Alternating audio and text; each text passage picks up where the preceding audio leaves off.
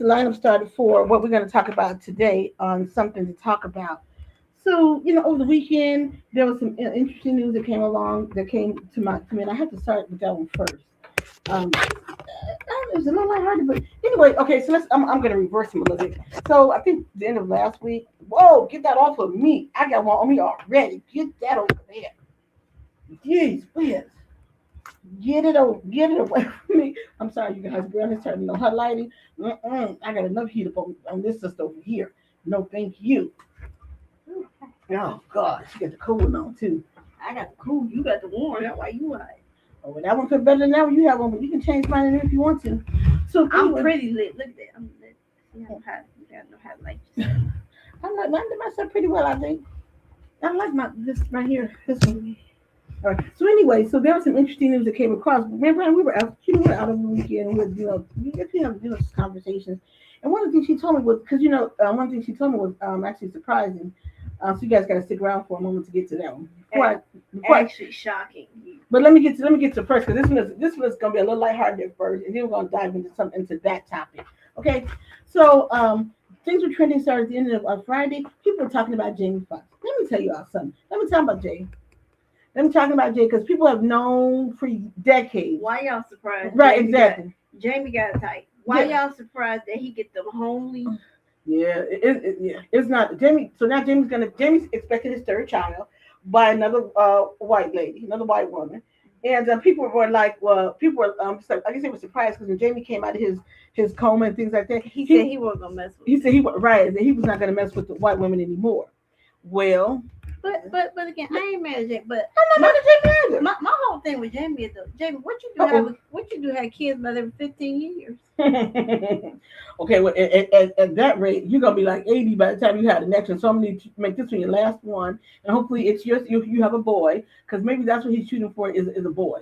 So maybe that's what it is. Jamie is 58 years young, I'm gonna say, and he is expecting his third child.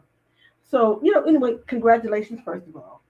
Anytime you can bring a new life into the world, it's a beautiful thing. Even though it's chaotic as hell right now, we're gonna work that all out though too.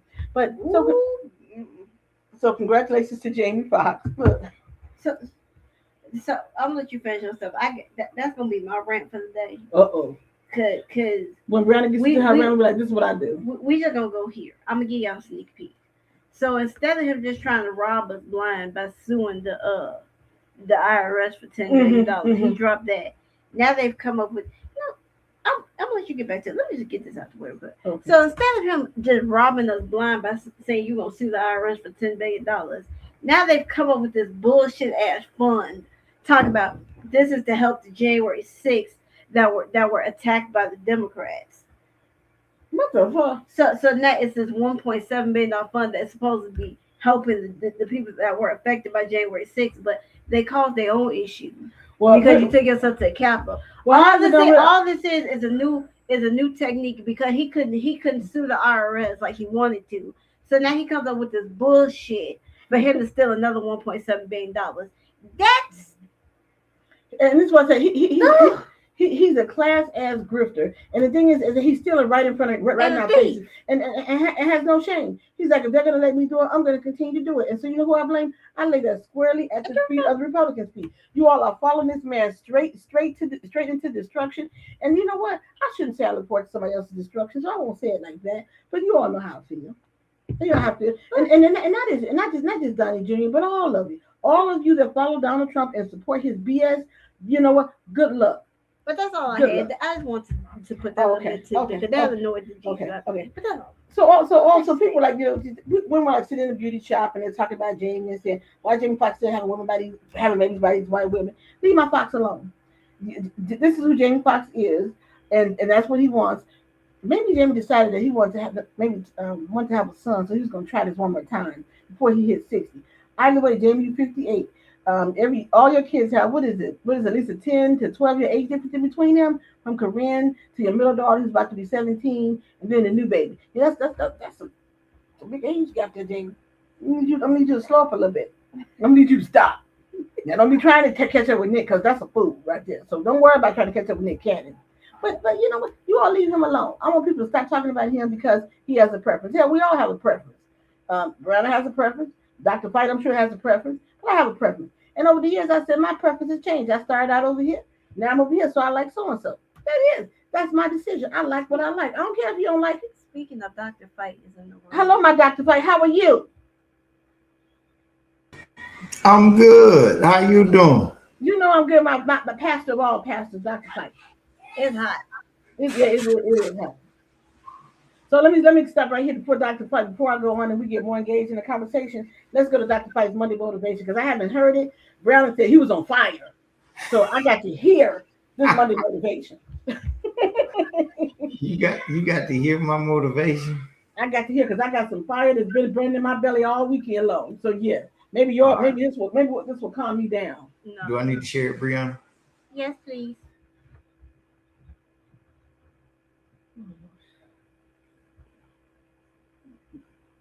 Anyway, we're waiting on Dr. Fight's Monday motivation. He's gonna pop a pen in a minute. Let me get my pen ready so I can take notes. So I can get some of the high points.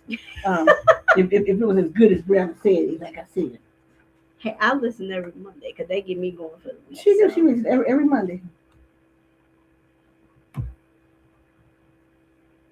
Day, ladies and gentlemen, journey with me, if you will, to Daniel chapter number 3, the first portion of verse number 5 or 25.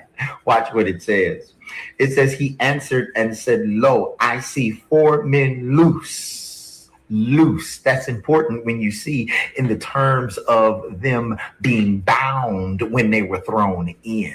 This text lets us know that the fire, the valley, the peril, the predicament, the problem that they experienced eliminated the irrelevant in their life.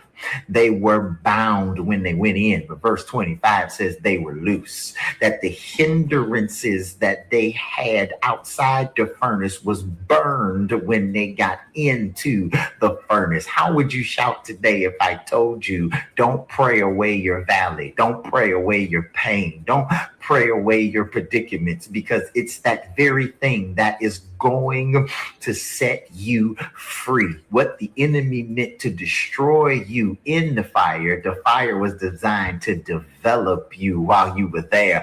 And this is development season. It's hot for some people, but it's growing me. It's making me better. It's making me wiser, and it's making me stronger. And on today, I want you to know that not only did it burn up the hindrances, but it also burned up the people. That what you got to understand in this season of your life, there are certain people that can't survive your fire, that God has to send you through it to let you know that I'm going to burn up the things that's hindering you and holding you, because God got you.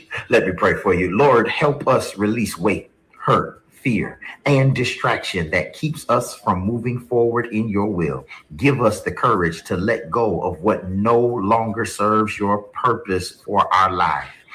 Lighten our spirit, strengthen our faith, and guide our steps into the future you have prepared for us. Amen. Hey, I'll see you next week if God says the same. Grace and peace. Good day, ladies and gentlemen. Season of development. Don't pray away the fire, the storms, because they help develop you.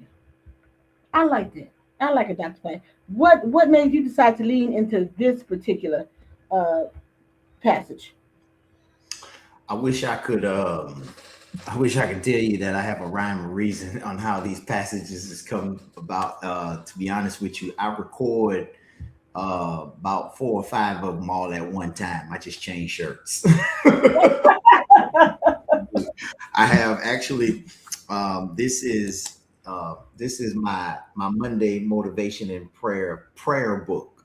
So Okay. all of the prayers I write, and they are in this book. So I just turn the page. I just turn the page to the next one. Whatever I'm feeling in the moment, I write it. And so when I put my head down, I'm reading from this book. I love it. I So love it. so I can't. And to be honest with you, the messages are written based off of the prayers. So I'll write about 4, 5, 6, 7, depending on how I'm feeling in one moment, on the prayers throughout the week, and then on one Friday or one Saturday afternoon, Sunday afternoon, I'll just record a bunch of them, and then I'll send them to my media team. They'll edit it up, make the nice little graphics or whatever, and then they go live every Monday. So I have a few of them recorded, and I just write down the prayers. It's funny because sometimes I think we'll be in sync because you know what? When Brownie kept saying after fight it was really good, and I said, okay, I got to hear. Because let me tell you, some people really got on my nerve. This especially when it comes to some of your familiar people. I'm gonna say it like that. Um, when I don't like when people speak out of turn or out of text when you don't know the full scope of the situation. You think you want to jump in there and maybe add your 2 cents in, and you need to learn how to be quiet. You need to learn how to be quiet. But when you jump into that, and there's gonna come some fire from that because some of that fire gonna come from me, and it's not gonna be pretty. So I mean, since you felt strong enough to jump into something that was really not your place, expect some of that. Expect some of that, and I make no apologies when I bring the fire. Just so we clear. And trust me, you can send it back to me too because I'm perfectly capable and well within my abilities to handle whatever fire that is. And you know who I'm speaking to. Okay, you know who I'm speaking to. All right. I don't usually like to go there, but sometimes people don't won't leave you alone or won't step back and stay in their lane until they are until they are uh, forced to. So there you all go. Okay. Thank you for the Monday motivation, Dr. Fight. Now, Dr. Fight, you heard me talking about Jamie Foxx. What do you think about Mr. Fox and his brand new? This brand new white woman. Oh, she's not brand new. She's one of his old ones. Well, He's circling back around too. That he got a new baby coming. well, I don't have a problem with Jamie Foxx. I have a problem with all these black women. See, Wait, hold on. You really want to go there? Hold on. yes, I really do want to go there because let's think about this. Y'all decide to hopscotch and pick and choose when black women see another strong, successful black man with a white woman.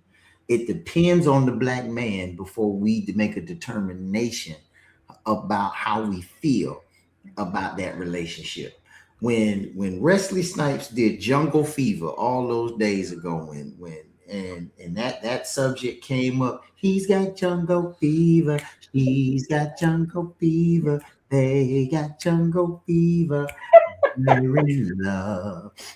We had a lot of black women talking about athletes who go out and grab a white woman, talked about actors that went out and grabbed a white woman and was indicting black men for not treating black women with the dignity and the respect to stay with them. Matter of fact, we applauded Barack Obama for having him a sister. We applauded LeBron James for staying with his high school sweetheart and building a life and legacy with a sister. We did all of this for these successful black men who stayed with sisters. Matter of fact, we drug Michael Jordan through the mud for messing up his relationship with Juanita Jordan, and then found him some Peruvian, whatever flavor of the day he done found to be with in this season of his life. All I'm saying is, how does Jamie Foxx get a pass from sisters when no other brother that made it successfully got them a pass? Oh, because he happy and they having a baby, all of a sudden this white woman is accepted into the family? Let me just go here. I do not do that. I have an issue. My issues with certain black men when they get a woman of another race is how they flaunt it in front of black women. That's where my issue comes from. I don't care who you love because I can love whoever I want to too. I don't care about that. I don't care about the color. I don't care where they come from. I don't care about none of that. My issue is how you walking down the street and because you think you got something special and they may just happen to be white, you look your nose down at the black woman. That's where my attitude comes from. Now, so Jamie get a pass because he ain't flaunted his white woman. In fact, they should be offended because Jamie keeps them hidden all the time. You know, Jamie keeps them hidden. You don't know what they look like until maybe like I didn't know what Korea's mama looked like either until one day he said, "Oh, that's Korean mama." Or maybe Jamie know too secretly that as black women we probably gonna rake him over the coals and say, "What you want with her? What she got going on that maybe I don't have?" But I don't have a problem with that because to me, Jamie has always stayed grounded in who he is and always stayed, seemed to be, always stay related to, to the black culture, things of that nature. So that's why people probably don't give Jamie Foxx a hard time because Jamie don't come out the box and you don't hear him saying negative things about black women and stuff like that. So that's why he probably gets a pass. I love Jamie, but I'm just like running too. I'm gonna date and love who I want to love. And I'm gonna say it like this: when I was married for 30 years, whatever, 30 years, my husband was black. My husband was black. Now at my particular age in my life, I look for something else. I no longer that I'm not interested in what I was married to. I'm interested in something different, and that's my preference. That's my choice. I don't care if you like it or not. My choice. My choice. I love the brothers, and we can be friends all day and all night. Do I want to date you and marry you? No, I don't. I don't. We can be friends, and that's the extent of that. Mm-mm. That's right. When he turned up his lips, and all he knows he got something smart he want to say. So you might as well come on with it. First of all, I'm a proponent of love. Let's just go ahead and put that out there. I am a proponent of somebody finding somebody that love you and y'all want to go out and live happily ever after. I am all for that. However, what I'm saying is that anytime, and maybe it's just my wife, but anytime you out, you know what I'm saying, and you see a couple holding hands, and you see a black man, strong, intelligent, successful, black man, hugged up all on a white woman. It does something to sisters in public. I've watched it. I've watched y'all blood pressure get all out of whack and everything to see a strong, black, sexy man, cocoa buttered up, you know what I'm saying? Just lotion down, greased up, look like patent leather, black man. You know what I'm saying? Just you know what? You just clowning right now. You know you clowning. He got his arms around a white woman. Oh, that blood pressure from a sister go from a regular normal rate to just needing pills to take to get it down. I'm telling you, it does something. I'm going to go. I'm not saying you and Brianna are like that. I'm just saying that as black women in general, this is how the response is when men are like that. I just try to figure out how we hopscotch and pick and choose and give people a Pastor Patterson comment. I know they have to be. So I need a white woman. Yeah, Jamie Foxx has a baby by white women, and he love him that order and flavor of the day. He sang to black women all over the place, but when y'all buying tickets to his show, he going to a white woman. He don't want nothing to do with y'all. But as we said again, it's about your preference. But as I said, but you never hear Jamie disrespecting the black woman. That's why I think black women stick with him. Because Jamie he in the entertainment business. And the thing about Jamie does not flaunt those unattractive, homely white women that he dates. But we all know. I don't have a problem. Okay, Alice, what's her name? Huckleberry. What her name is? Who? Well, Alice, his woman he got now. Brother, what is her name? Her name is Alex Huckleberry. What? I don't know. Hold on, let me pull a picture of her. There they go together.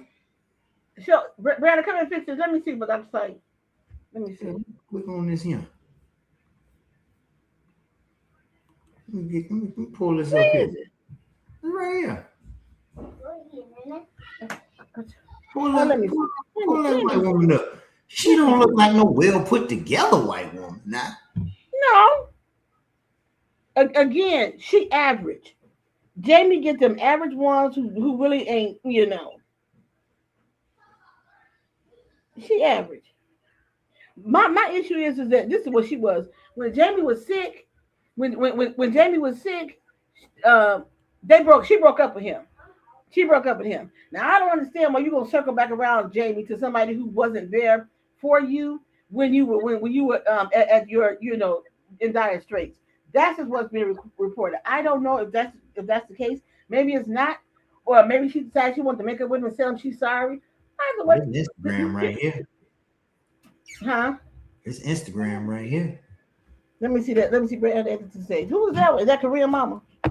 No, No, this is the chick. that's Alice. Hook step. Yeah, Huxton.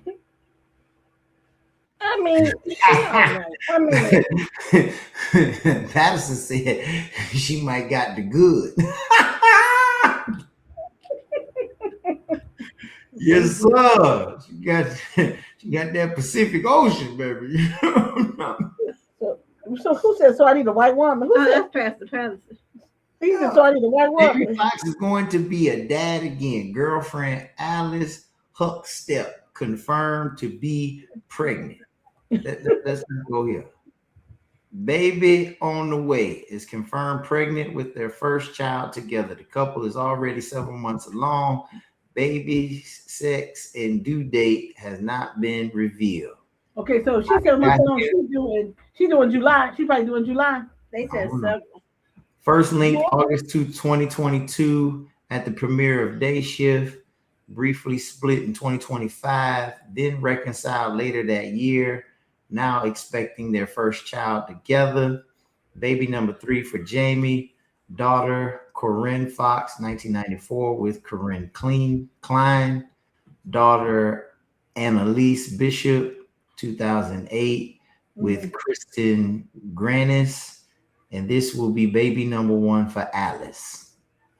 From the hospital to fatherhood in 2023, Fox was hospitalized for weeks due to a serious medical emergency. He made a full public comeback and returned to work, renewed energy. Now he has even more to celebrate. Details to be determined. No official statement from Fox's team yet. Due date still under wraps. Baby sex has not been disclosed. Huh? All right. Yeah. So that's what Baller Alert tell us on Instagram. Well, you know, and all I said was that when I heard the news, I said congratulations to Jamie, and I said why the women all up in arms about it? I'm not understanding because this has been Jamie's MO since he came out and we knew this has been his MO. So I don't know, why you all surprised. I'm not, and I'm not even mad at him. Again, I tell like brother said, to me when you celebrate your person of another race. My issue has always been that don't think what's on your arm is better than where you came from. That's my point. That's my point. Somebody said she might got the good. She might got the good. Stop playing. So so women stop being mad. Did you all think Jamie went from he was what's her name? Tom Cruise's ex. What's her name? Katie Holmes. Jamie has got a type. And girlfriend, she's like, I'm having Jamie Foxx's baby. I don't have to worry about any money for the rest of my life because Jamie's gonna take care of his kids. Here's what I'm gonna say to that. I understand the mothers be around, but Jamie always have his kids. To me, Jamie always have his kids. I don't know where the rest of you all come from, but maybe Jamie pay you all for them and then you all going back to business. I don't know. But what I can say is that his private life is his business, and it has never always been public. He's always kept his private life pretty private. So I can respect that. Any more thoughts on that one? Nope. All right. So now let me go into this conversation. This was really interesting to me. Oh no. It's the weather's turning. The winter and spring seasons are winding down. There's prom season. There's graduation. There's all these things. Let's set the record straight. The weather ain't changing in New York. I was just there last week, and it was 49, 55 degrees. Listen. Whoo, Jesus. Pastor Patterson, I was up there with him last week, and I'm telling you, it was rainy, cold. I wasn't bad. I came back, couldn't talk, didn't have a voice. It was crazy. I'm better now. Okay, well, we can't speak on New York, but in this part right here, the middle of the country, it's hot. It's smoking hot. Yesterday was like near 90. I think today about the same thing. Well, no. It rained today and then the humidity kicked up. There you go. So I can't speak for New York, but they'll catch up. They'll kick in. But anyway, it's just that time of season. When people are graduating, they're going to proms and things of that nature. And so Brandon and I got into a conversation about graduate about the graduates. She told me, she says, somebody was telling her that they got to go and do some photos for graduation. My response was, well, how many graduates is it? Anybody want to take a guess before I give you all this number? Because this was unbelievable. Dr. Mike, you want to take a guess at what the number? What number? The number of graduates from this particular high school. You don't know the high school. Just guess the number of graduates. Just guess the number of graduates. If it's gonna make this show when we're talking about it, it's either an egregious number which is too high, or it is a deplorable number that is too low. And so I'm gonna go with deplorable number is too low, and I'm gonna say 3. Oh my God! Close. Damn, Dr. Fight. Wow. Okay. Well, you gotta go deplorable. Right. Well, it is deplorable. It is horrible. Well, no, the number Dr. Fight was kind of messing around with is 18. 18 graduates. 18 graduates out of a possible around 100 or 150. Yes. I said at first I thought I didn't hear right, and I said, you mean 180 or you mean no? She said 18, Mom. I said no, that can't be right, bro. She said 1-8, and the year before that it was worse. She said it was 12. I said, you said what now? I'm telling you, I saw the previous year. I was like, huh? But they said, and when he told me this time, he said, I thought, me being, I think like maybe like 40, 50. Yeah. That's somewhat respectable. This he told me 18. I did you. I said, huh? Yeah, because I said 18, and so I got a whole rant on. Okay. No, but here's the best part. So their prom was this past weekend, and so like 100 kids showed up for the prom, right? And it didn't help that the second part I was talking to, he said 75% ain't gonna graduate. No, that's more than 75%. More like 80, but whatever, close enough. But that's just shame. But how do you get ready for a prom, but you're not graduating? But you're not even graduating. But more importantly, why did your parents choose to get you all these ratchet dresses and colors matching the cars and the wheels of the cars and things of that nature, and you're not even graduating? I said 18. When she told me that, I thought back to, I'm gonna date myself again. I thought back to my graduating class. My graduating classes back in the day we was like 500 plus, easy, in our graduating classes. So you had multiple teachers working. You over from A to D, go over here. B to here, go over here to this room, because you spread out all throughout all of the senior teachers and all this other stuff. We lined up down the hallway, we're wrapping around the hallway, all kind of stuff. Having to get 500 students seated, marching in, seated, and all that, and you said 18. I said 18. I have never. So then people get upset when they said, "Well, we're going to close these schools down because they're underperforming." You think? you think? So I don't even know why people fight when you. And I'm saying you want your schools in your neighborhood, but if your kids, if it's only 18 kids out of 100 and something senior students, and not even 20 of those students are graduating, why would you want to keep the doors to that school open? So here's what I'm going to say: the principal should be fired. All of the teachers should be fired because you're not doing your job. I don't care if you say I can't make someone learn. If someone does not want to learn, you might have a valid point there. But there are other things that you can do, because back when I was teaching. I was like, go ahead and say back. Okay, so back when I was teaching, at some point, the school that I was, elementary school that I was teaching in, it was in a predominantly black neighborhood. Okay, and the kids wasn't not doing what they were supposed to do. So the yearly scores was like crap. So they were in the garbage. We get our new principal in. Hey, Connie. We get our new principal in, and she said, "You know what? This is ridiculous. These kids can learn, and this is the teacher's fault." So she came with a plan, and she stayed on all of our bus, the teacher's bus, and said, I expect this, and this to be done." She didn't play. Yeah, Element. She did not play. Best principal ever. Love her. And so when it was time for the kids to test that year, so the following year, the school the numbers went up. Still didn't make AYP, but okay. The next year came in the beginning of the school year starting, because she came in the middle of the year. So the next year school season started. She had all these plans put in place. Everybody was supposed to follow these plans. So then the next year, okay, so we made safe harbor. So okay, which means okay, because you if, at some point if you keep not passing, then the state's gonna come in, they're gonna take over your school. So we made safe harbor that year, and I still have my T-shirt to this day. So then the following year we made AYP, we made full AYP. My point is this: when teachers are not, first of all, let's go to the top. When principals are not engaged with their teachers and you don't understand the struggle that your teachers are having in the classroom, you should not be teaching.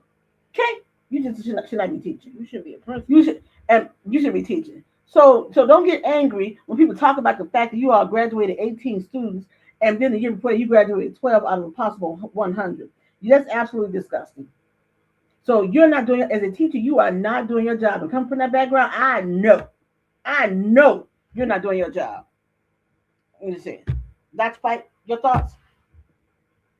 Because That's fight is an instructor as well. So I know he knows what I'm talking about. I'm hearing this story for the first time, and I'm stuck in between a rock and a hard place because it's hard for me to blame teachers due to the fact that they're overworked and underpaid.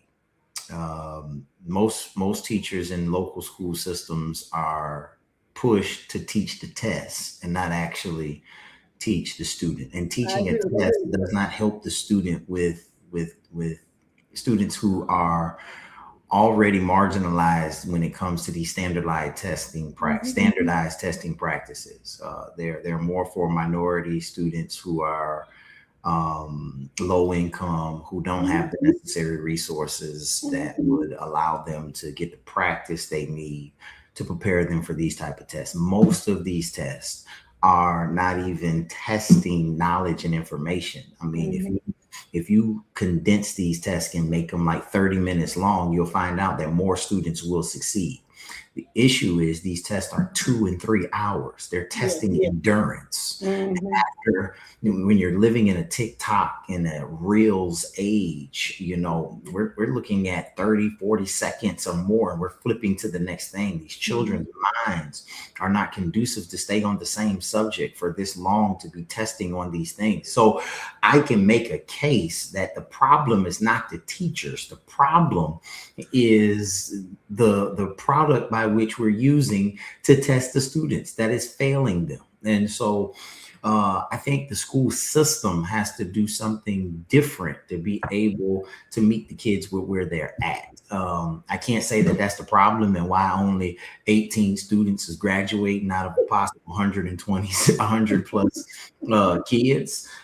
It may be a combination of all of the above. It may be a combination of the school system. It may be a combination of the school, maybe a combination of the teachers. It may be a combination of the home life for many of these kids and the area by which they live in.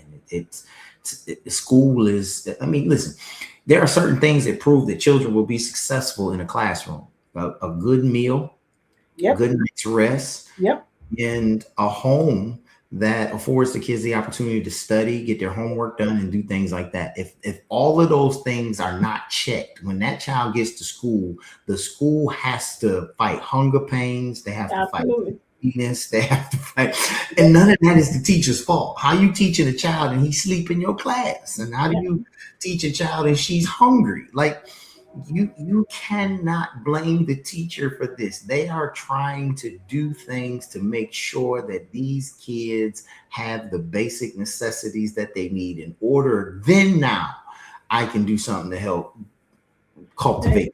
And Dr. Price's defense, I'm going to say this. I've dealt with all of that he's talking to. I've dealt with the kids coming to school hungry. I've dealt with the kid coming to school crying because they've been abused by parents. I've dealt with all of that. I've seen all of that. But to me, it still boils down to the teacher. And me and my principal, we were on the same thing. Some teachers did come. How do you open up your weekly planner and you don't have plans for your students for the entire week? Those are things that my principal was dealing with.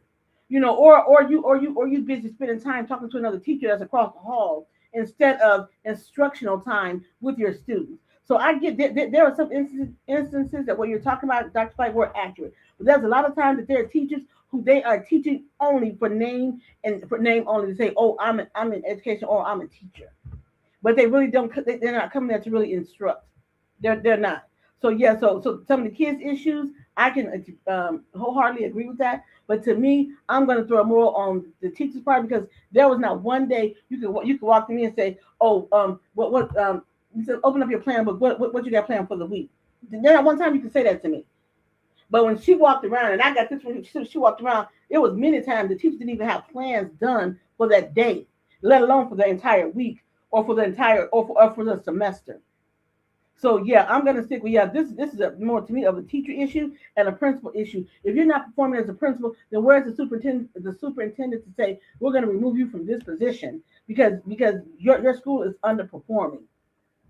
So I'm just not going to blame it at the fact that kids have home issues. We get that. I understand that. But when the kid comes to school, if they know that they're getting a meal and somebody can listen to them and actually care, they'll actually start to want to learn and engage. Brenda can tell you all the time because every time she would come to my school, she said, "Mom, who are these kids?" Because they always in my room. And that's because I did my job. That's because I did my job. And I showed some compassion at the same time. There you all go. Dr. White, have you ever taught in a I know you teach in a higher learning institutions. So have you ever taught like elementary, junior high school? God knows I never want to teach junior high school because I can't. Mm-mm. Mm-mm. No, I listen. I've been to elementary school a few times. Uh-oh. My daughter's in the second grade, so I go by there to have lunch with my baby. I've done career fairs at the elementary school. Mm-hmm. Typically, when I show up, the kids look up at me and say, "Oh, wow, you're tall." And then they'll say something on the line, you play basketball? Something like that. So, it's just I'm tall. So I've had to deal with that. But also, I've been both of my sons have been in middle school before, and I've been there too. And I'm telling you, middle school children, Mm-mm. I believe they're wrestling with. I don't know if y'all seen the Jamie Foxx show, and I may have to find the clip he had the Pixies show. He had the good Jamie, not the Jamie Foxx, the Chappelle show. Okay. He had the Pixies. He had the good Chappelle and the bad Chappelle. And he'll go through a scenario and both of them be talking in their ear. I think that's what's wrong with middle school children. And they like the devil on the one side. Yes, they do. Woo, yes, they do. Ooh, Jesus, I'm telling you. Yes. I said, you can never, don't ask me to go to junior high school because I will hurt somebody's child. I cannot. Ooh, the mouth. Mm-mm. You think they're horrible in the fifth and sixth grade? Oh my God. I would knock the hell out of somebody's kid in junior high school. I ain't lying. And here's the thing. You could say stuff back then. These kids now, you can't tell them nothing. Yeah, I get my mama. I get so oh no. I'm gonna have to get in the fighting stance with a kid in junior high school. I'm beat your ass. I mean, because they I'm sorry, y'all. They disrespectful. They talk back. Even when in elementary school, when they would say, so I said, who you talking to? I'm how you got the head reaction. And they're like, oh, Miss Ellis, I'm sorry, I didn't mean that. You're right, because we don't talk to me that way. But they are apologetic. These now. Oh, junior high school. These now disrespectful. I'm just going here. What was that the other day? I was in a particular store. And this store, they have rules now where unless you are accompanied by somebody 18 or older. Oh, hell, she was in Target. Yeah. Okay. You can't be in the store. You cannot be in the store. So, baby kids, no more than 12, 13, the security tells them, you all got to get out. Here the one go. Man, you don't tell me what the F to do. I'll do so and so. I'll get my parents up in here. So it was the man, he told me, get out the store. Then he said, somebody said, get your little bag out the store. I told him get out the store. He said, who are you talking to, old lady? I said, depending on where your mama had you, I could be your mama. But that won't stop me because I can come there and beat you. I got to take a break. Hold on. Yeah, God, yeah, he said, who are you talking to, old lady? I said, I ain't old enough to beat your ass.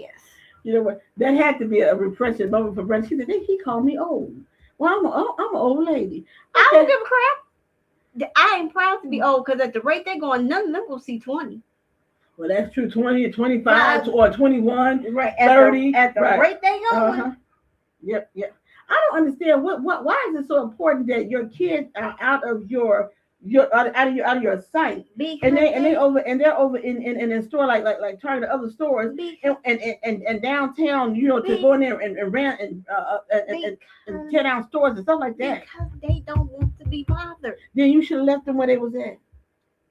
The little babies in heaven where they was at. They weren't bothering you at all. Yeah. You have them. Then you have them. Then you hoop, you holler. Like what is your problem? Right, don't have time for them. Don't worry, but don't going to school. That's why that's why you got 18 graduates. That's I was ready, right? That is why you got 18 graduates, because you ain't at home making sure they get up and go to school. Yep. You get up, you go to work, and what the kid do? As soon as they go around by the tree, as soon as they see mama take off, they slip right back in the house. But I don't know. And then they slip out again to make sure they come home right around when school get out. Yeah, I don't understand how you not know. I mean, don't you get notification when your kids absent? They haven't been in school for so many days. I don't know how you not know because you're not being engaged. You're not an engaged parent at what your children are doing. That's what I used to tell them all the time. And we as teachers, we'd always say, you all continue to think that you send your kid here to be for us to babysit. Our job is not to babysit your children. Our job is to make sure when your kids come in, your kids are prepared for learning. Not and again, I say this again too. I have an issue with when kids have to come to school and get breakfast. That's just me. Some people say, well, yeah, they can't afford it, they can't do so and so. Well, back then, because you don't get nothing now. But when you did get WIC or whatever, you got money to buy groceries, to buy food. I'm not understanding how you kids don't have breakfast food. At minimum, you could buy several boxes of cereal and a couple gallons of milk. At the bare minimum, you don't even have that. So your kid has to leave home extra early, come and get breakfast provided by the state.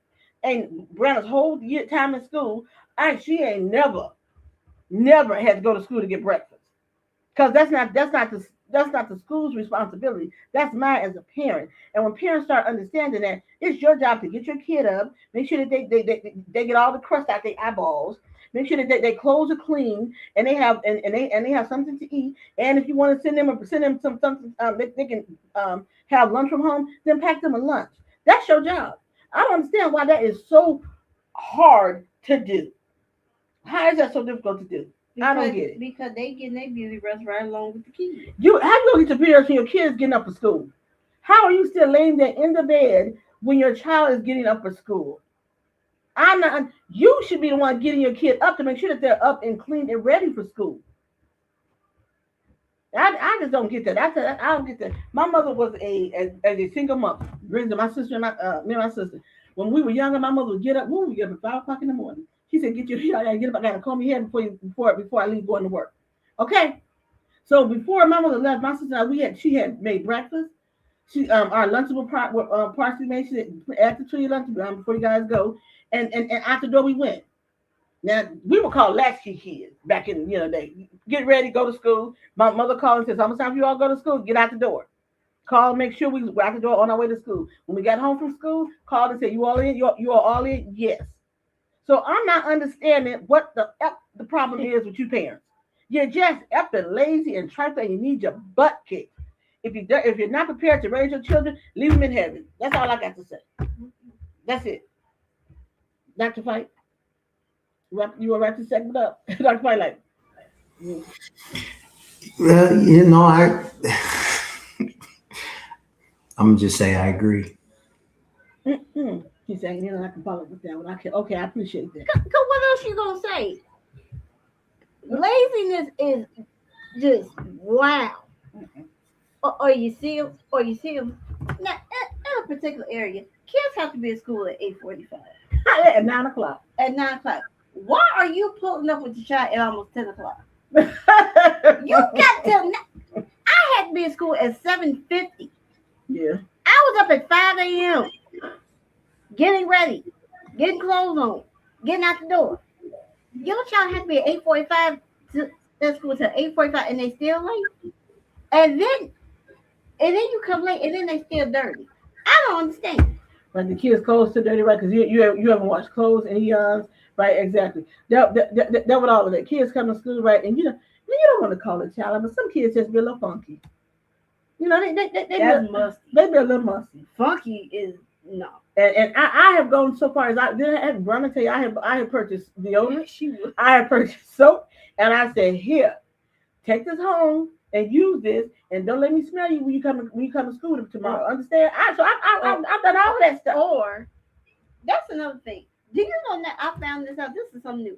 Do you know that in school they have a class to teach kids hygiene? Well, you know that's a good thing. But again, I go back to parenting. So parents have become extremely late. You can't even teach your child proper hygiene. Right. You can't tell them, oh, you're gonna get a bath before you get in the bed before the night is over. I mean, or if they don't want to, you get in bed, you're gonna shower. You're gonna shower in the morning. And they talk about, well, I can't afford soap. There's something called the Dollar Tree. There's something called Family Dollar. If Target, the old age thing, Dollar Tree, Family Dollar, about $3 bottle of soap goes a long way. Yep. This whole but they have a class now. Because I don't find that because when I said Brett get his haircut, it was like she's a teacher. So she said, yeah, we have a class to teach hygiene. Hygiene. Well, it was a class, but ours wasn't called hygiene back in the day. What was it called?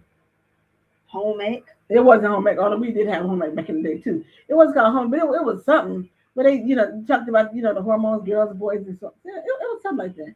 But okay.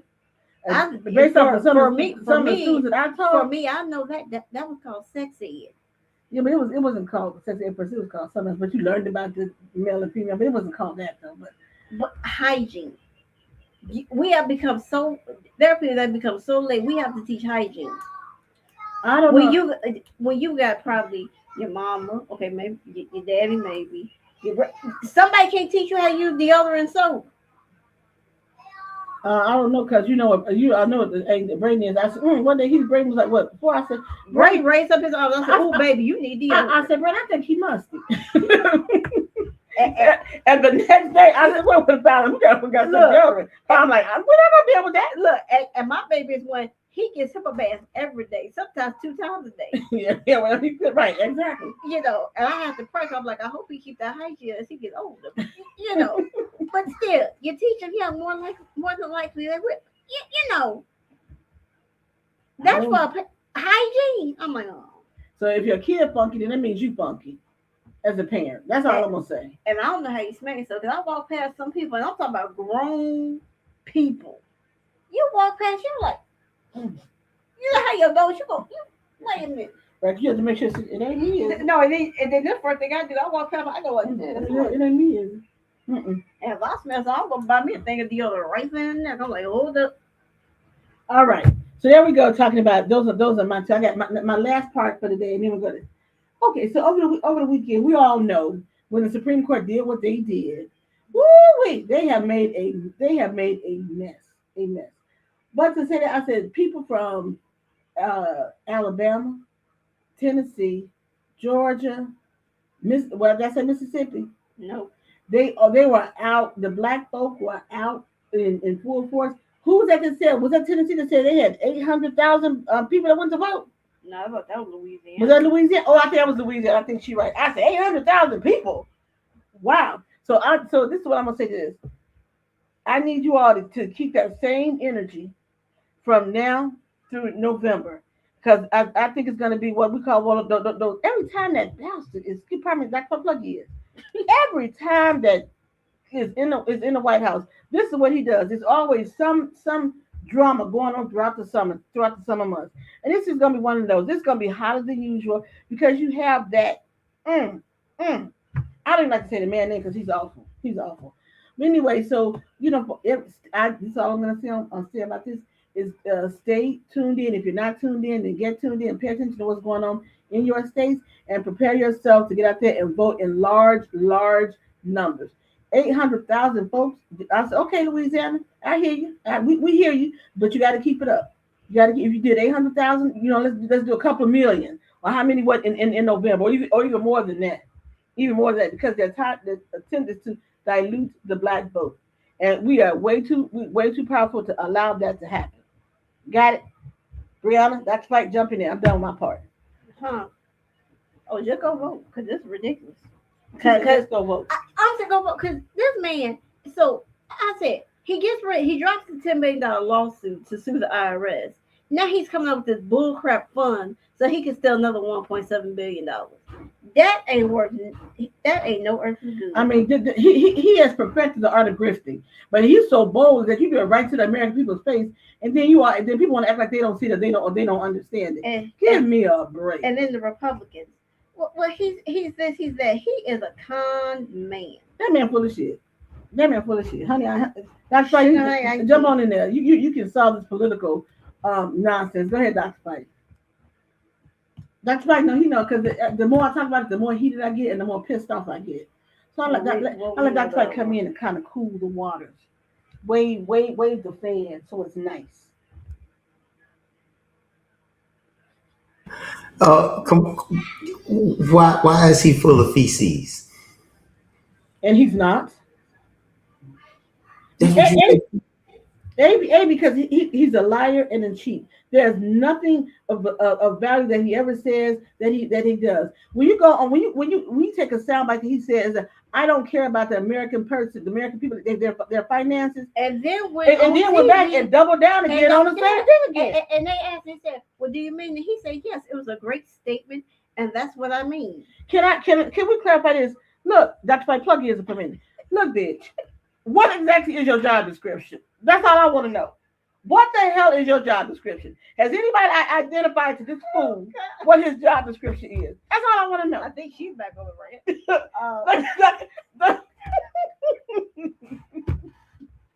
I can't help it. That's what the man does to me, okay? I cannot help it. She said, "Look, wait." We all, every one of us who are employed or employ other people, we give you a job description. Biatch, you have one. But you choose not to follow it. You want to do whatever the hell that little weasel ass, what's that's had a military base? Stephen Miller. You want to do whatever Stephen. You don't have a brain of your. There's no cognitive brain in your head. Nothing rings connects in your head. You are a damn fool. You are an absolute fool. And the sad part about that, you don't even realize that you're a fool. That's the other part about it. You are an idiot. You are an effing idiot. Now I'm done now. Wait, a goblin here. She said, "Why don't you just say his name?" Because I don't want you want to say his name because that would like be me giving him credit. I said no, but you want to say his name? Hey, Donald Trump, bitch. Okay, look, bitch. Okay, you have a job description. Can somebody pull up? It's called the United States Constitution, boy. Jesus Christ. My child had to bring some water. Okay, that's right. Come on. I'm okay. I got her now. Come on. I hate that bitch. I mean, I'm sorry. I do. Oh, I do. Oh my God. Okay. Can you roll back this way? I'm gonna go over here. I'm gonna turn away from the screen. That's why. Go ahead. I mean, Pastor Patterson, as you can hear, we're talking about politics now. We're talking about Donald Trump, who came out today. I guess earlier today it broke news that he's deeming himself as America's CEO in chief, making deals that no normal person would make. He called himself the what? He called himself the CEO in chief. So everyone was talking about a job description. He gave you his job description. He's the chief executive. Okay. So he gonna bankrupt the United States like he did his business. Right. So when you say when you say CEO has a job description, biatch. What is yours? I want you to clarify it. You just can't put a label on stuff and then don't follow it up. But what is it? But you just said 2 days ago, my concern is not about the American people's finances. Okay.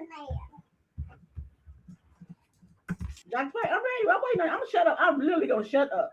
I mean, listen.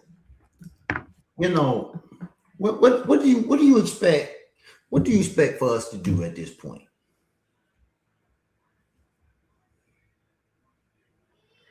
I know what I would like, but I can't say it. Huh? I mean, we signed up as a country.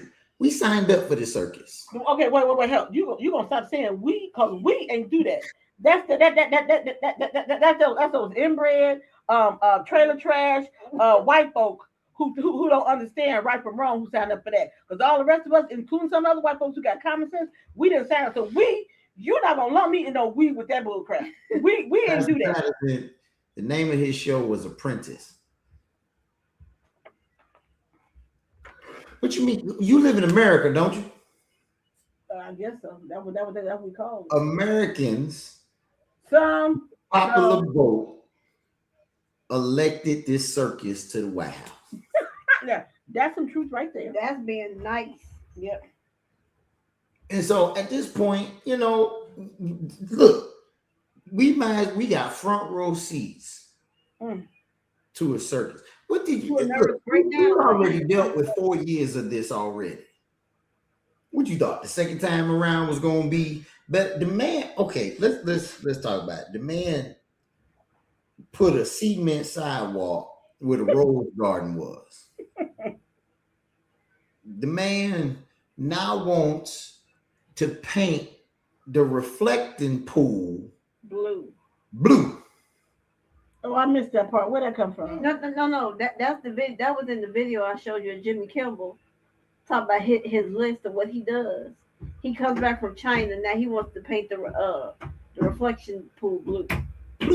And not only that, his rationale was he's got. Listen to this. This is brilliant here. This you can't get any funnier than this. This is the greatest comedy known for taxpayers' dollars. Look what he says. He says this guy that he gonna get to make it more blue has been working on his pools forever.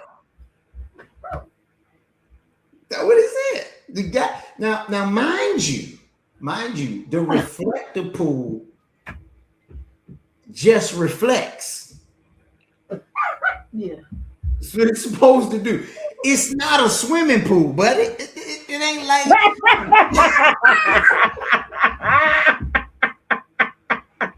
And that's why we call him stupid. Okay? That is exactly why you say he's stupid. You can't make this stuff up. I promise you can't make it up. But then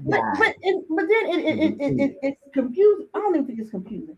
But people jump on the stuff that he says and it has real value. Like it's oh my God, look what he said. Oh, I can't believe, oh my God, he's so what? He's so stupid. He's stupid with all caps every single effing day of the week, the month, the second, the other year. What is it? I always say this. People would laugh at me. One of my posts I put up there, I said, what is a Donald Trump? That's what is it? What is it? I mean, it stands on two legs like the rest of us. But besides that, what else is it? Take it easy, Mama.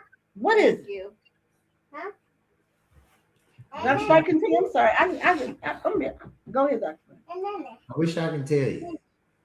I mean, he comes back from China and says, China has a ballroom, and so should the USA. It's under construction ahead of schedule, and we will.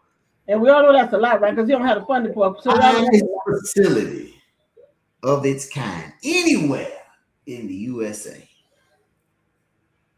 I can't. See, okay. Okay, let me get my words together. This is what I'm talking about right here. First of all, his grammar is like at a 4th or 3rd grade level. Period. Anytime he opens his mouth, it's always. Well, I said 3rd or 4th grade. He's probably like a 2nd grader, but I'm gonna say because Braden says some words that I know he wouldn't understand what they say. So okay, I digress. But when he says these elementary thoughts, he has these thoughts, and then people they jump on it like it's something so amazing. Do you know how stupid you people are? I keep using that word because there's no other word that appropriately fits besides people who vote for Donald Trump, people who listen to Donald Trump, and make excuses for Donald Trump. All of you are stupid, and I mean stupid with all caps. You're stupid, and your children are going to be stupid because you're fucking stupid. Pardon my French. Oh, God. Let me. Donald Trump says, and I quote, "I was told by my wife, you have to act presidential. So don't use foul language. And he said, to follow it up, I won't. Therefore, and he's still talking. Normally, I would have said that the White House before I got here was a S house, SHIT. And he actually said it. But I don't want to say that. Okay. Two things.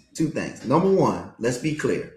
Trump's foul language isn't what's been stopping him from being presidential. Let's just go ahead and just help her out. That's a whole that's far right. That's Simply not cursing wouldn't make Trump a fitting president in the same way I might have a little more respect for a white coat wouldn't make,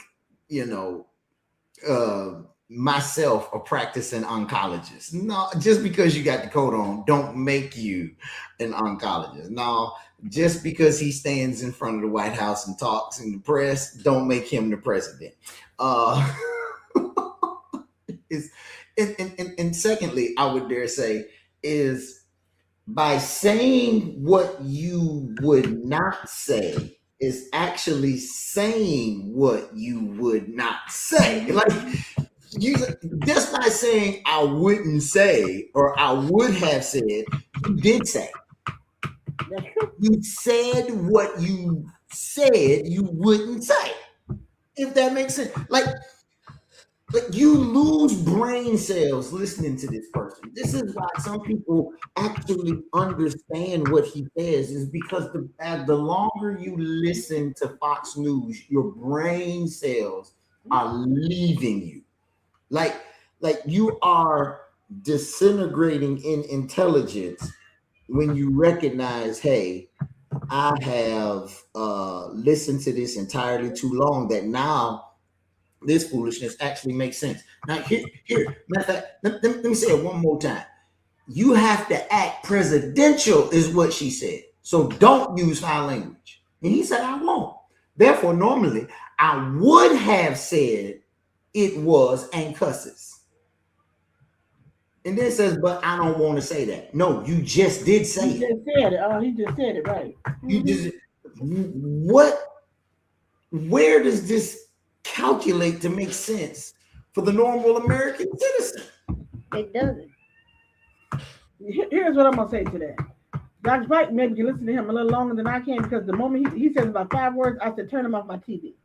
Because I first of all, my mind cannot process.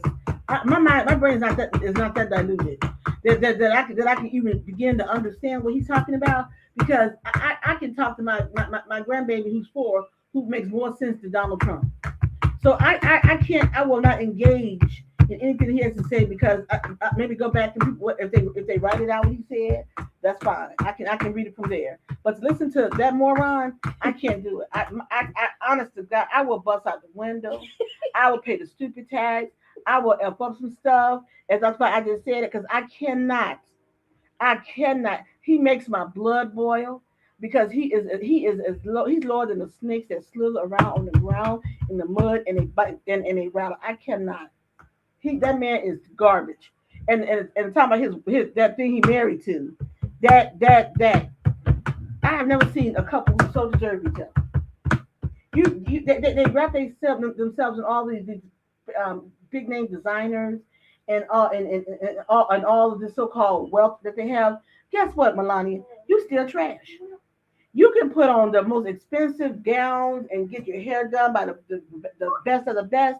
We know I got no. You were still one of them Epstein girls. Okay, so say what you want to say. You can maybe talk to them older white women who they think you can pass somebody. We know trash when we see trash. Put Pastor question on the screen. Huh? What this question is? The last question.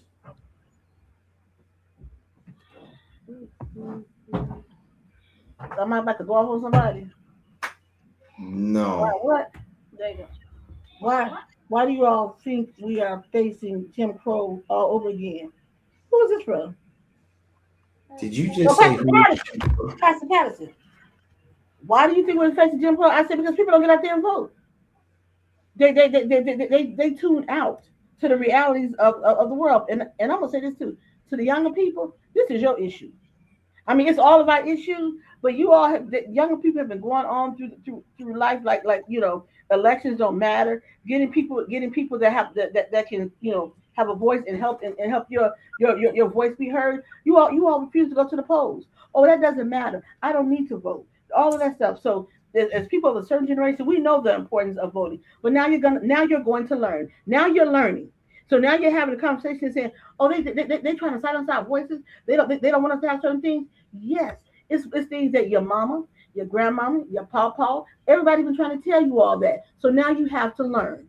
Now you have to learn the hard way. As black folks, I don't understand why we always have to learn stuff the hard way.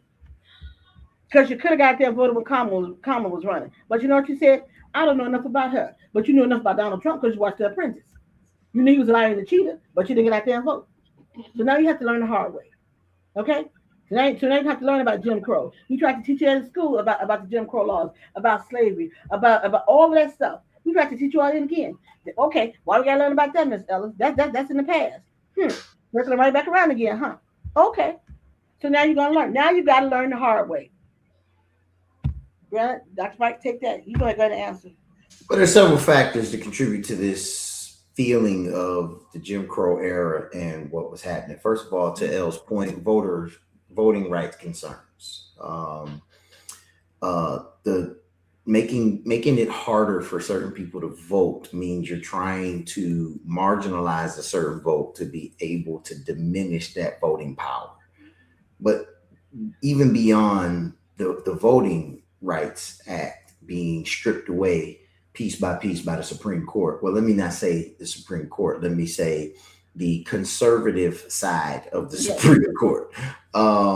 You also have to look at economic inequity, the racial, and I'm gonna say racial. The racial wealth gap in the United States remains largely due to generations of unequal access to housing, education, employment, lending and borrowing practices. There are policies like redlining during the 20th century that created long-term disadvantages that still affect communities today. I mean, remember, there were houses foreclosed at a major rate in the 90s. People were buying homes in the early 90s, but by the late 90s, there were foreclosures all over the place. It's because it was predatory lending practices. You're right. That depends. People like Fannie Mac or Fannie Mae, all things like that. They were bad loans that now put people's credit in jeopardy and put people that's got now foreclosures on their credit, which has lasting implications in what you can do financially with your life. We got criminal justice disparities. We got mass incarceration of unequal sentencing rates from whites to blacks. I mean, this is something that continues to go. I can keep going. Education in neighborhoods. But when you say that to younger people, and when you've been saying that, it's been said to them for years, and you all still don't get it. So you still say, oh, you're still out there. You're talking about stuff that happened back in the 90s, or that don't matter today because we're good now. I'm trying to understand why do you think that? Where's that mindset coming from? This is how you end up with somebody like Donald Trump. It's a younger person's mindset, El. I disagree with that part. I don't think it's a younger person's mindset. I've talked to people. There's people older that believe that same stuff. Right. I mean, because think about it. Young people get a lot of this information from somewhere. And I think it's family oriented a lot of times. Some of these ideas are passed down in generations. So they're perpetuating what their parents and grandparents have always felt and believed. There are seniors who won't even go vote because they feel like their vote don't matter. And then now that same ideology is being passed down and perpetuated at the dinner table that they sit at. This is a systemic issue. I tell a story all the time about many people remember last year in January, at the end of January, I went to Africa.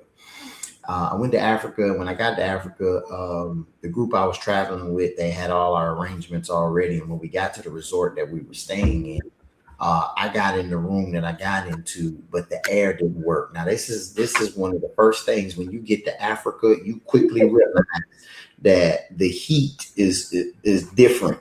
I don't care where you from. You can be from Texas, Florida, Hawaii. When you get to Africa, the heat is different. There ain't no heat that prepares you for Africa heat. So as soon as I get in the room, the first thing I'm checking is the air conditioning. And y'all, I'm here to tell you, no lights turned on, no air condition turned on. I ain't had no electricity in the room.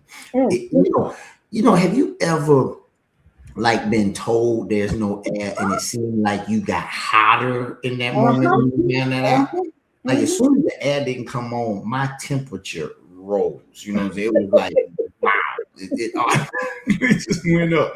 And so I walked back to the front and told them, had my room key, told them what room I was in, and said there's no power in the room. They had their maintenance person go down to the room, and the maintenance person comes back about 10 minutes later and tells them that it's not just that room, it's the entire room on that line there. So they had to upgrade me and put me in another room because I tell the story to say this.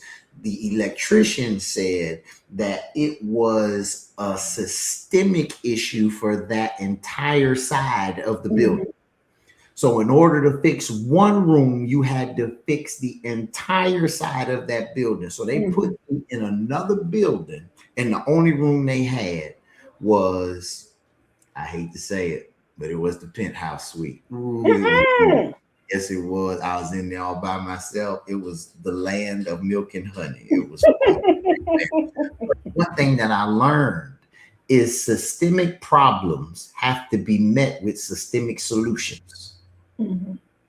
See, that electrician that day taught me last year in January 2025. I learned that day that you can't fix one room without fixing all of them.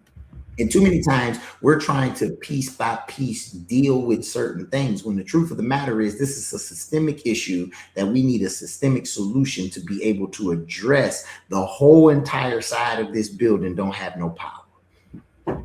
We cannot deal with this stripping us of our voting rights, gerrymandering our vote, and being able to diminish people from going and showing up to the polls. We have to have a systemic nationwide consensus that everybody is going to join the plan to consistently and considerably register and go and vote in large scale. When people see these numbers across the country as a direct response to what is happening right in front of our faces, that's when we'll start seeing change. When you start voting people out of your state houses, because that's how these lines and that's how these laws are started.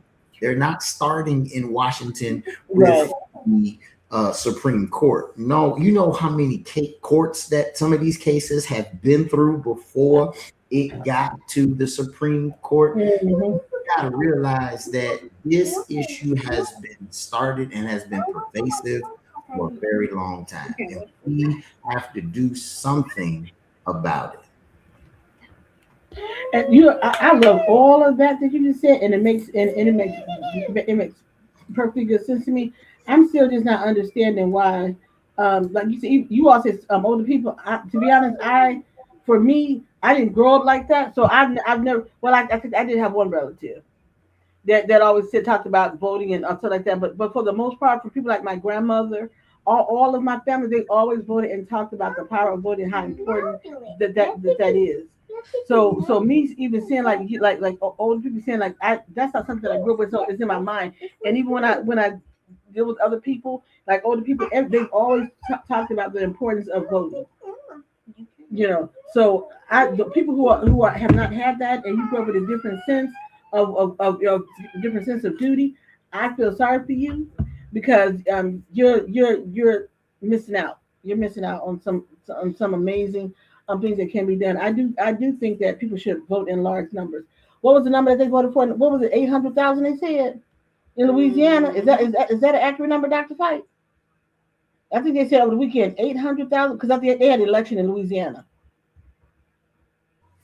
You And, want and, to know the results in Louisiana? well, I noticed we're talking about the number of people of color that turned out to vote, and they said the number was well up like 800,000. So if I'm saying it correctly, I think that's what it was.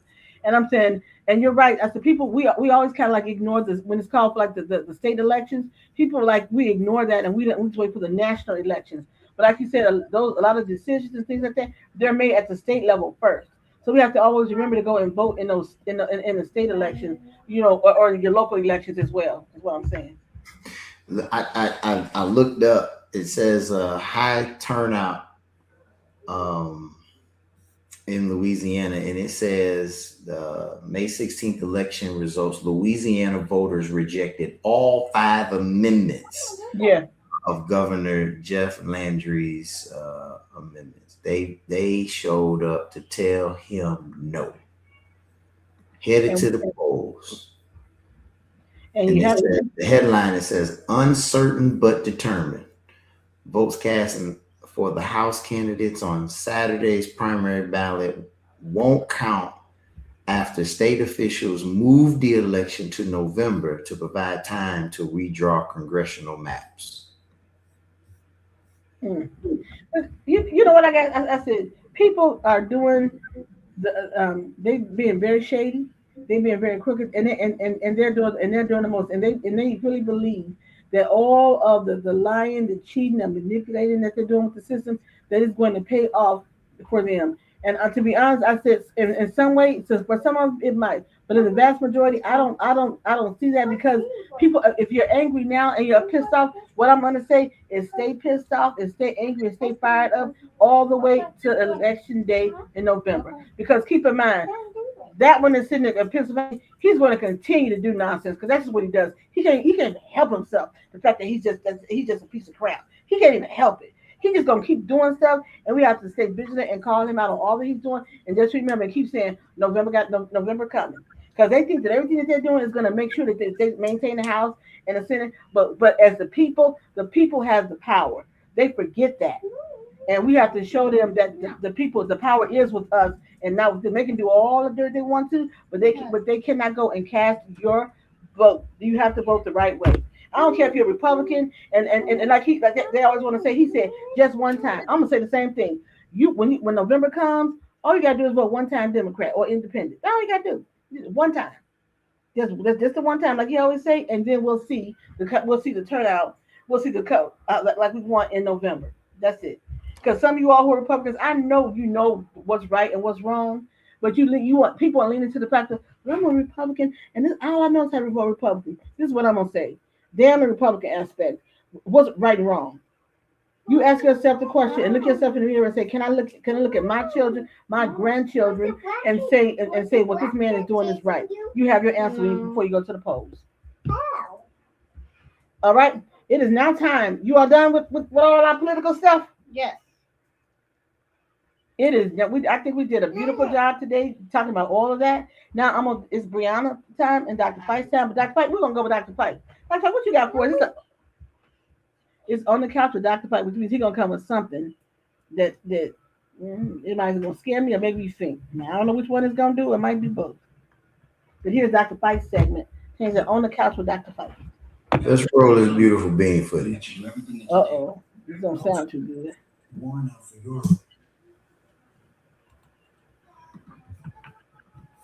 Another one of these. Oh God, I saw this one. But what if it's been 10 years and he still struggles with planning dates and creating romantic moments? You don't do it often enough, or it's not as extravagant as you would like? He doesn't do it often enough. So if there was like a romantic moment score, how many romantic moments have you planned? Over half. So it's like 60-40, you're saying? Let's talk about bills. He Is the pay all bills the bills. 50-50? He pays it all? Yes. That's romantic. Uh-uh. Romantic. You don't know how much your rent is, your lights are, your car is, but you had to pick out the restaurant, so you And feel you got like a you're not ring doing on. enough. Can you show the Girl. ring? It's bust down. Look at it. We out here fighting for our lives. He bought you this? Yeah. That's crazy. How romantic is that? Is that romantic? Is that a promise ring Did or he an actually engagement get down on a knee and like do it this way? At What kind of home, ring is at home, He did it at the Where you home. want him to do it at? on the beach. I'm not in the business of telling women to settle because if you need those things, then you need those things. True. But we have to acknowledge people's romance languages might be different. For him, the idea of romance is providing you with a soft life that you don't know how much your bills are. You don't know the next time the oil need to be changed. You don't know what the lights or the Wi-Fi cost. For him, it's romantic to take care of you. For you, your idea of romance could be based around what we've seen in movies or what we've scrolled on.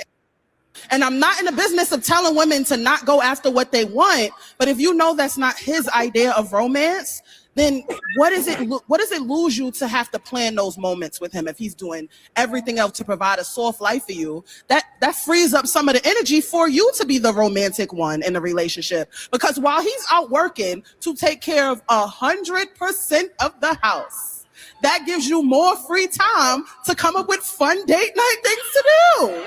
I wish I could be home right now going, what restaurant is me and my man about to eat at? While he at work doing all of the goddamn heavy lifting. More. Right. More. It's more. I want more. People used to leave relationships because they weren't happy. Now they leave relationships because they want to be happier. The more you see, the more you want. The more you see, the more you want. The more food you see, the more food you want. 90% of the commercials that you see is to sell you something, is to convince you that what you have is not good enough. And as a man, what does that look like? When every time you come home, the price go up. Very interesting video, Dr. Fight. I'm gonna give him a 2 thumbs up today. Well, you got a woman here, and I'm not saying she represents all feminine. She don't. Feminine women, femininity in women. I'm not saying that this woman is the representation of all women's ideology and thought. I just want to just talk to this woman today because this woman suffers from a major issue. The issue is I'm not satisfied. You got a man who love you, who pay your bills. You sit at the house and do what you do at home. And you got the nerve to complain. Here's the complaint now. Now he don't respect me. Now he don't, care for me. He not as romantic as I want him to be. Now let me tell you something. And I'm talking to all women now. There is no such thing as a perfect man. There ain't no such. He either gonna plan them romantic getaway dates or whatever, and have every candy by the pound and flowers by the dozen. You gonna be, oh yes, Lord. But he might not be a good communicator. He may not be, the hard worker that you may want him to be. He got a little job, you know what I'm saying? He gonna come with some issues. Just like any human being on the planet. Relationship finding is not about finding the perfect person. It's about finding the person that's perfect for you. That you have some things that you like and you have a love language that makes you happy. And so you have to find somebody who speaks your love language. And this woman seemed to be not happy with the love language of this man paying the bills. She wants more. She wants romance too. She wants him to plan the romance. So if I were to ask this woman, which one would you rather have? Would you rather have the bills paid or the romantic dates? I'm pretty sure this woman would say, why can't I have both? You're probably right. She probably would say that. The problem with that answer is that man doesn't have the capacity to give you both. So are you willing to jeopardize your relationship because there's something that you want that you're lacking in it. Your My thoughts? turn now. My Yeah. turn now. Go ahead. Okay. So this is what I found with some women. Incredibly selfish. I think she's incredibly selfish, and there's a lot of young women that I think are very selfish, because you want all of it. You want the man to pay all of the bills. You want him to come in to be romantic. You want all of that, and then you up here you complaining. Let me tell you something, little girl. All you little girls who gonna eventually see this video. Let me tell y'all something. If you have someone who's there with you 7/24, I mean, when I say that, I mean just they're paying the bills, taking care of all of you. Don't know how much gas it costs to put in your car. You know about you don't know any of that stuff, and you're saying that he's not romantic enough. Okay, first problem is you can create something. You can say, okay, on this day you see what his schedule is going to see what his schedule will be, and then maybe you say, okay, I'm going to plan something for this particular day because he's off. He getting off early, whatever. But to sit back with a bit of beautiful ring on your finger and to still constantly complain, guess what? Eventually he's gonna get tired of your butt. And he's going to go and find someone else who's not going to complain and never seems to be satisfied and always want more and more and more. Let me get it be clear. Nothing wrong with wanting more. But you have to be careful in how you go about that. Because just the constant complaining. Because one thing about men don't like you to complain all the time. They don't want to hear that all the time. It's like I'm doing this and you're still not happy. Let me tell you something. My husband, the whole 30 years we were married, pretty much always worked two gigs, two jobs, whatever. So he was not always there. He was not always there, but when he was there, we had family vacations together, different birthdays, stuff like that. But I'm not going to complain because guess what? What he was doing for the family allowed me to do other stuff. So and I got that, and I understood that. So me saying that he's not saying he needs to be more romantic. First of all, he wasn't romantic anyway. Another issue is with that. Know who you're married to, or know who you're getting married to. If that's, as Dr. Mike said, his love language, then you need to understand what that language is and be accepting of that, and stop thinking that you're going to change him when you get married. Because that ain't gonna happen. That's not gonna happen. And you're going into marriage with the wrong idea, the wrong concept of what you think your situation should be, or because you listen to someone else who's telling you that their man is so romantic and they're doing X, Y, and Z for them. Who's even to know? Who can even tell you if that's true what they're telling you? That's my point. That's fight.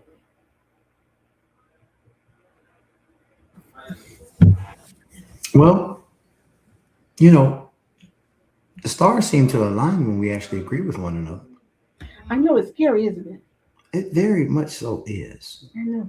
Maybe I because was hoping you go to her because I've defense grown and say the up. man could, paying all the bills shouldn't just be your reason for not at least trying to do more, trying to do something. And I was going to be prepared to say in rebuttal that she admittedly that he at least does 40% of the romantic outings. I mean, I think that's a fairly decent. I think he's doing right. 40%. I think he's doing pretty good because I'm speaking of my late husband. He did not have a romantic bone in his body, but I knew that. So I would anytime it was romantic stuff, I planned it. And I knew that's what I had to do. But when you don't understand who you're married to, that's the problem. That's the problem. Some men do. Some men do. They put their value in what they do when it comes to the home and taking care of the house. If that's how you place value on who you are and how you maneuver in your relationship, then that's okay. But also understand is that at some point, the woman still might need a little bit of romance here and there every now and then. And people are going to say, well, should you be okay with just maybe having just a little bit here and there? I can't speak for you. I can speak for me.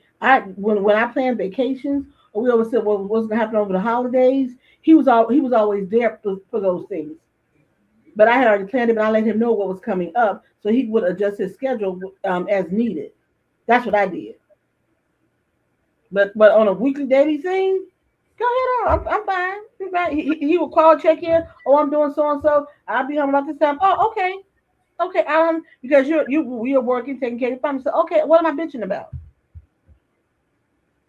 Yeah, I'm not gonna bitch about that. Okay, because for you younger women, why do you all want a man all up your butt all the time? This is my question. Why do a man need to be all up in your butt all the time, smiling up in your face, and you know where he at and what he doing all the time? That's a good question. Pastor Patterson, you got an answer for that? He always take me answer. You got an answer for that, Pastor Patterson? Well, listen, you know, I don't think most men typically don't like uh, this idea of checking in. A woman knowing where he at all times and knowing what he got going on. Um, so, you know, most women don't like that because they feel like, oh, well, what you got to hide? They want access to your life and where you at all times, and you need to make sure you check in and tell her you're all right. Well, you know, to each his own. I don't see anything wrong with that. I just think to me that is a level of respect or just consideration to say, oh, I'm at so and so, I'm gonna be home because people may think it's maybe a control thing, but for me it's like it was like a worrying factor. I just let me know that you're okay, all is good, and then I'm good. But if you're expected home at a certain time and you're not home and you don't even call me to let me know what's going on, then I'm gonna worry, and then that worry is gonna turn into anger. Then I'm gonna become pissed off because you could at least give me a phone call. That's how I see it. So men need to stop thinking, that she got you handpicked or you got to call and check in. No, it's just being considerate in my opinion. Let me know what you're doing. Because vice versa, wouldn't a man expect the same thing? But wouldn't a man expect the same thing from the woman if she's not home at a certain time? He would expect her. Why you not calling me to let me know what's going on? I don't know what the man would want, but I mean, for me, you know what I'm saying? I want to know that my wife is safe. Right.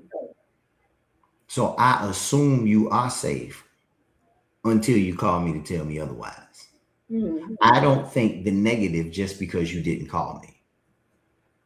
I think you didn't call me because you were handling business and everything was good and you were doing what you need to do to prepare to make sure you make it home to me. So I don't give you a level of indictment to say, well, I was wondering, wanted to know, because I don't think the worst.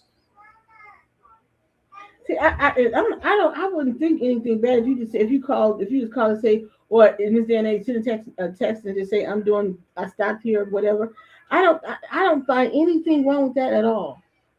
It's not. I wouldn't consider controlling. None of that stuff. That's why I said some things that people get upset about. I don't. I mean, because to me, it's just being considerate of the other person who maybe has to worry about you. That's how I look at it.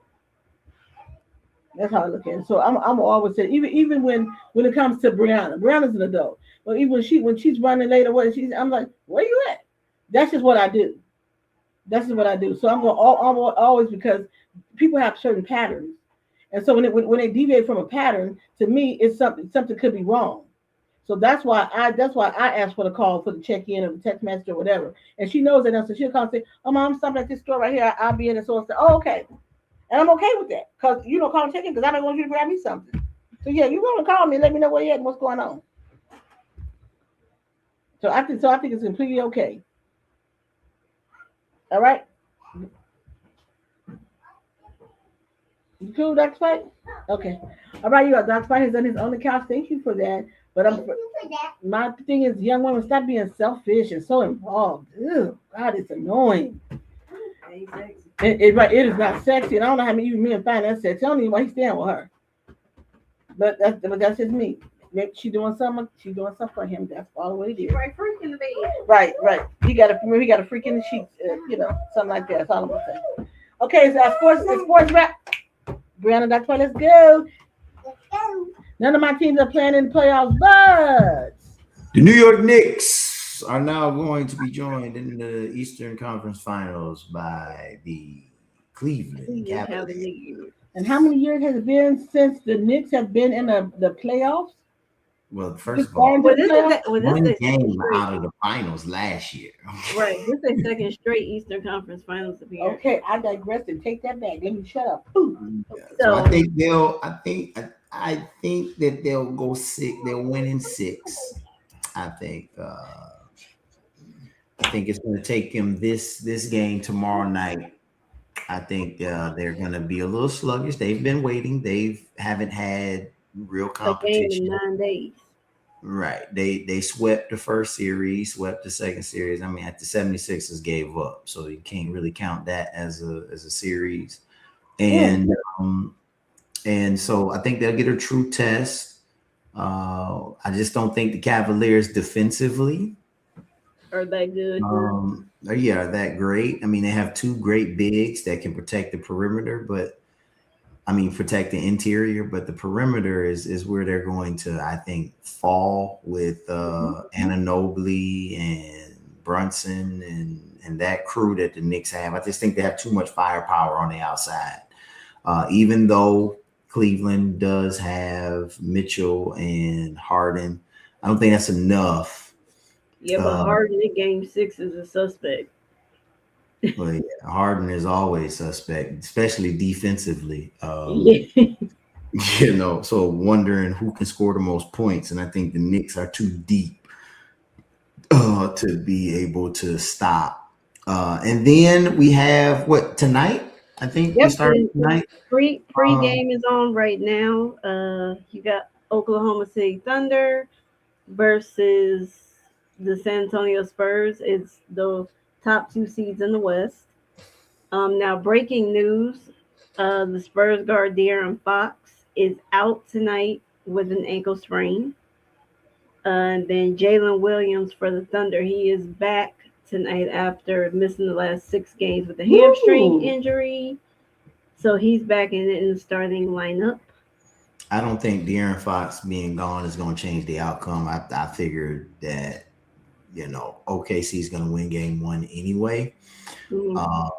But I do think this series may go 6 or 7 games because I believe that the Spurs, especially these young guards they got, oh my goodness, these young guards are very, very testy. And their defense is probably the number 1 defense in the league, but they're playing against probably the number 1 offense in the league. That part. And so, you know, and SGA gave each player on the team a $200,000 watch. Who is SGA? Shai Gilgeous-Alexander. He's the guard for the Oklahoma City Thunder.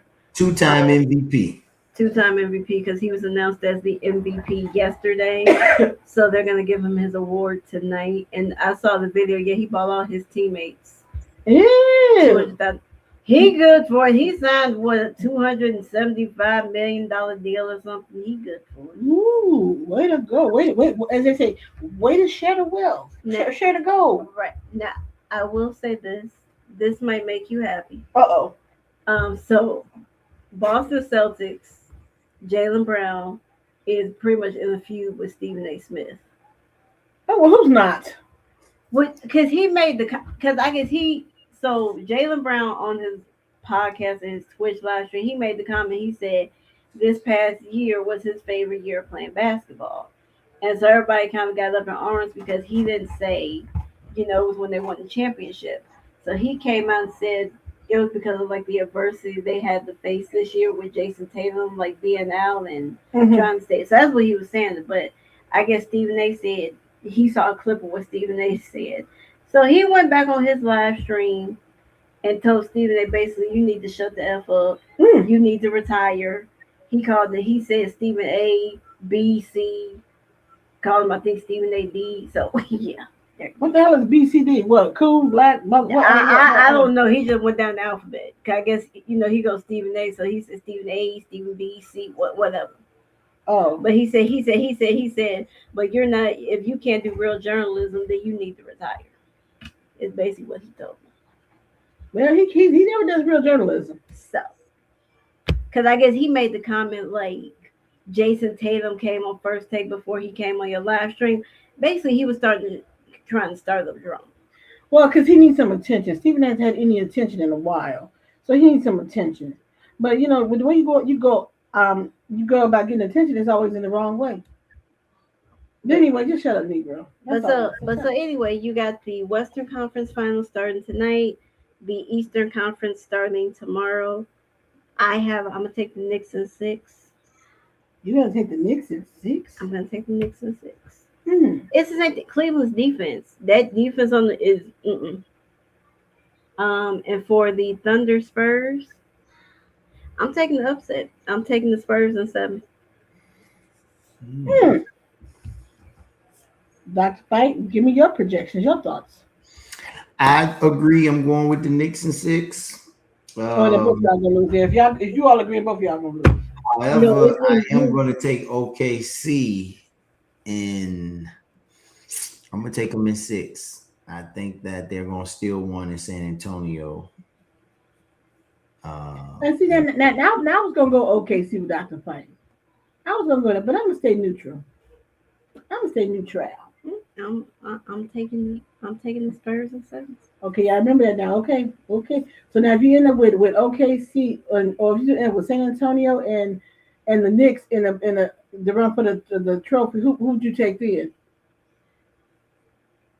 You say what? If you all were doing if the Knicks advance and you got the San Antonio Spurs, who would you go with at that point? Oh, I feel like whoever wins in the West is going to win the championship. I mean, Yeah. Yeah. Oh, okay. Y'all have no love for New York, no love for the Knicks. I mean, I got great love for New York. I'm from New York. I want to see New York win a championship. I mean, they haven't won one since the merger of the ABA.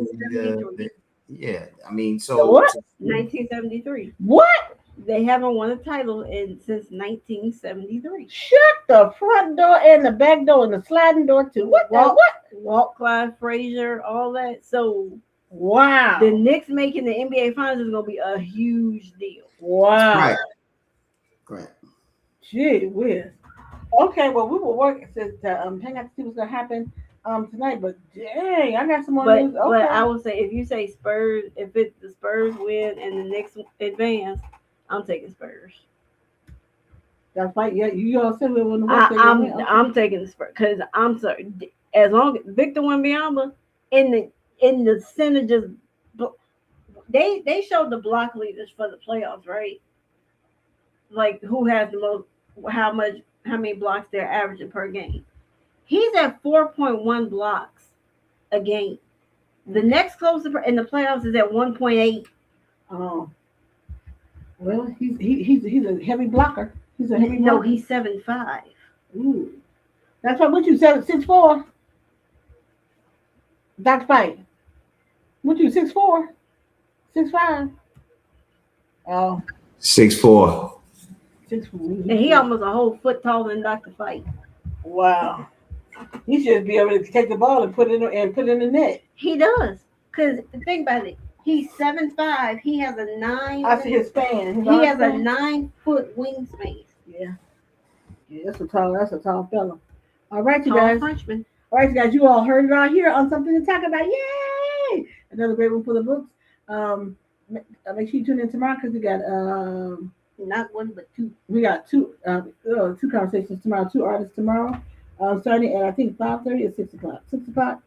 6 o'clock. One is from Italy and one is from Italy. Yeah, one is from Italy and one is from I have to look it up. But yeah, I got two global artists tomorrow. All right. That's right. Enjoy the rest of your week. All right, y'all be safe.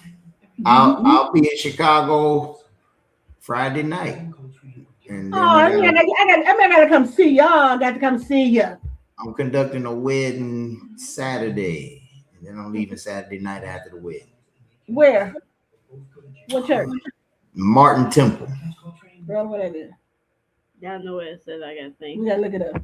Okay, well, you got to let me know. We'll just whip by and see you and say, hey. All right, I'll probably be at one of them hotels near the O'Hare Airport. You gonna be out that far? I mean, that's where I was told to make reservations. Oh, Martin, that's where. Yeah, that is out there. So by the airport, Mm-hmm. by O'Hare.